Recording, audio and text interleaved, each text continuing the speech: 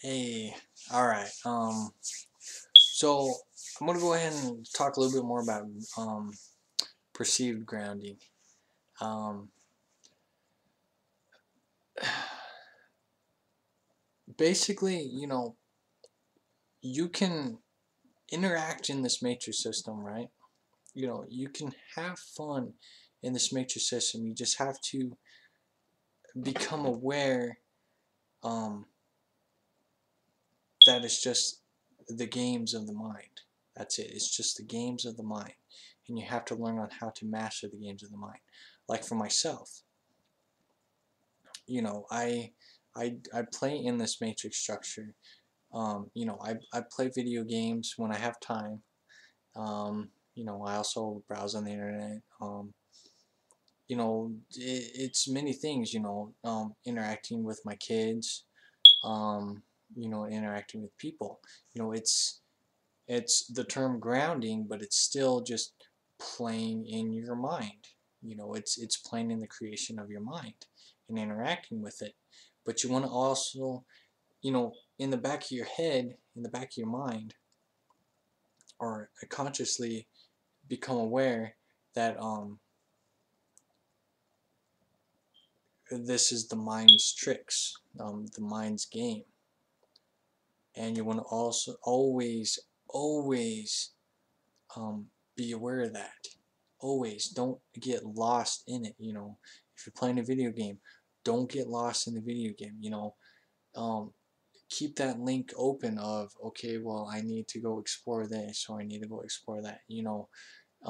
Keep expanding. Don't just focus on one thing. Even listening to music or anything. The term zoning out. Zoning out of reality. Don't fall victim to that. That's a very important key is don't zone out. And I've noticed that quite a bit with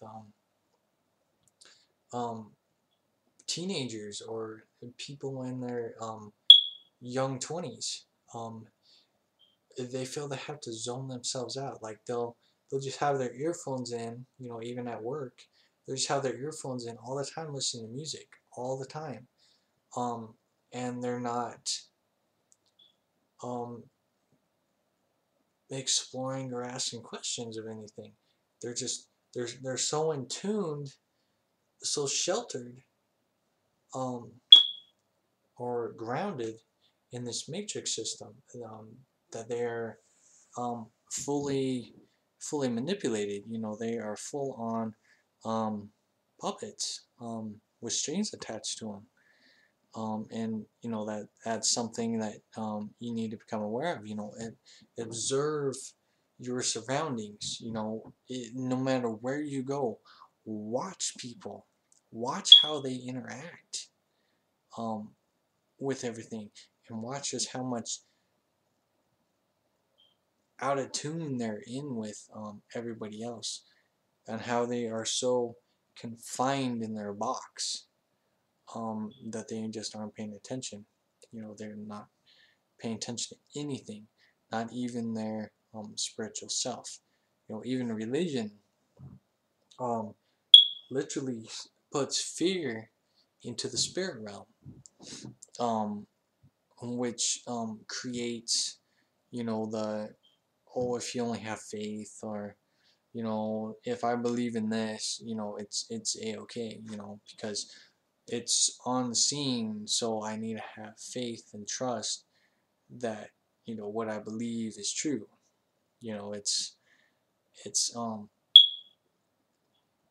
lying to yourself, because it's making you lazy, because you're not finding out the source. Finding out the source. Where is the source coming from? People focus so much on um, I was talking to a guy yesterday, just shooting things back and forth, about uh, Christianity, and um, and I was trying to just have him e explore into the Vatican concept and the Rome concept. But anyways, that's kind of off track. But you know, looking outside the box, on what you've been taught. Don't focus on, okay, this is it. Um, this is what God said, and then that's it.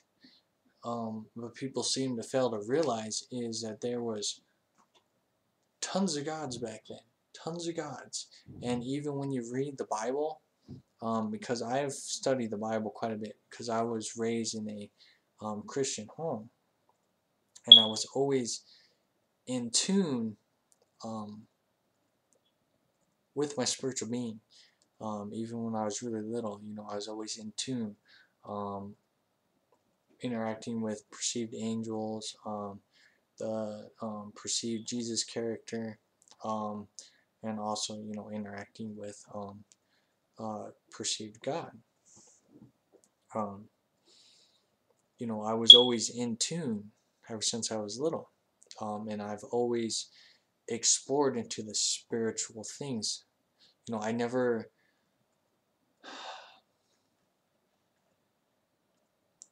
really comprehended the religion concept. I focused on what I was raised on, was Christianity. So I was manipulated into thinking that that was the one truth, right? But when I went to churches and stuff, I was always seeking answers to something, right? I was further exploring into the aspects of things. And, I always learned from the churches I went to, but I didn't learn about the spiritual aspect of things. I learned um, about the ego. It seemed that, every time I went to church, I learned more of what I need to become aware of in this reality, and um, more aware of ego. But it had nothing to do with the spiritual aspect of things. And even in the Bible, um, it scares people. It tries to make people stay away from the spiritual realm. Because it talks heavily about demons. Demons possessing people, and they're like, "Oh, you need to stay away." And there is teachings from Jesus, or the Christ character, that aided you in protecting your spiritual being. It's sprinkled in the Bible, but it's also very um, sheltered in making you think that um, he was the only one that could do it. Or now you got your exorcism people as well, and they just term the exorcism thing, but they're really um, they're tapping into the spirit realm. That should give you a realization that it's very easy to tap into the fourth dimension, real easy, and you can interact with fourth dimensional beings very easy, because they are around you all the time. All the time. The whole spirit realm is around you all the time. Just because you can't see them doesn't mean they're not there, because you have to realize that they don't have a form. Okay, why do you think you see little orbs all the time? That is their spiritual essence. That is their what say, soul matrix. Maybe, I'm not sure. I'm looking to the whole soul matrix thing still, and I'm still exploring that. There's also the concept that I'm still exploring into is the fourth dimension prison. Is the fourth dimension a prison? Just as this 3D dimension is a prison, is the fourth dimension also a prison? Because, like, are these beings trapped in the fourth dimension and they can't experience a physical being? That's a question I'm asking myself right now, and I'm exploring into. See, this is my process and how I do things. I get a concept, or I hear a concept, and then I explore into it, and I will go ask my guides. I will meditate on this, and I will go and discover the answers within myself, not on this computer, but within myself. That's how I explore, and that's how I discover what I discover and information that I give to you guys. Um, so yeah. So anyways, you are interlinked with the spirit realm no matter what, and this is why you want to um, learn about it more and more and more. And this video is 10 minutes in, so I'm going to finish talking about this, about protecting yourself, learning to protect yourself. And it's actually, it gets real easy in learning how to protect yourself, because basically what you're doing is you're grounding yourself, right? It's the difference, like I said earlier in the video, is you spiritually ground yourself to your um, spiritual source, which is the earth right now.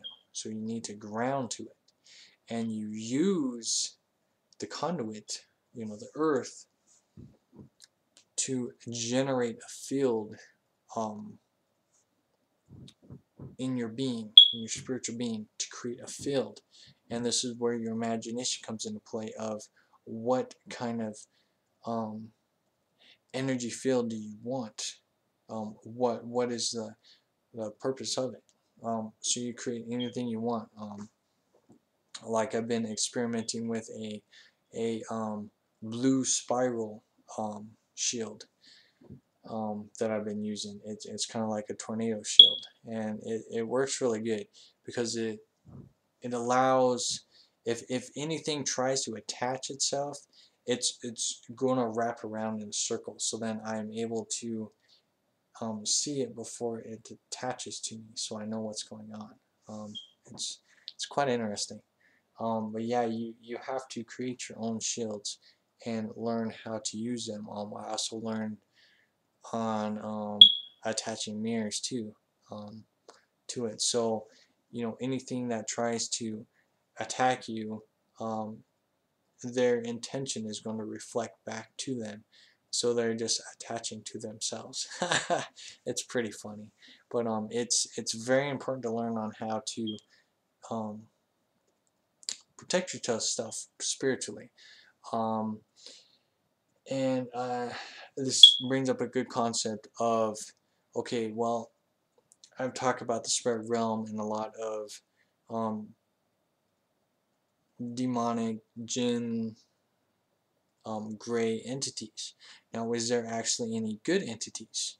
And yes, it's evenly divided, because the fourth dimension is the balance of perceived good and evil. There's always a balance of good and evil in there, because that's a part of our being. Light and dark, um, things of that. So yes, there is good entities, and they can aid you and teach you. My guides, there are the good guides, and they've taught me a lot on how this spiritual matrix works, because that is a spiritual matrix structure. Just like we're in a 3D structure, that is a spiritual matrix structure. It's still a program, and you have to learn how to master that program as well, because you're playing in both programs at the same time. So yes, there is good beings. I had to verify this, and I'm still learning about it, but you can use the 7 archangels. As far as I know, they are legit, because I've been working with the perceived Raphael spirit, and it's good, healthy energy. And as far as I know, there's no manipulation involved in it. But I'm still um, learning how to process it, learning how to work with the spirits, because you want to make sure you're not getting manipulated by them.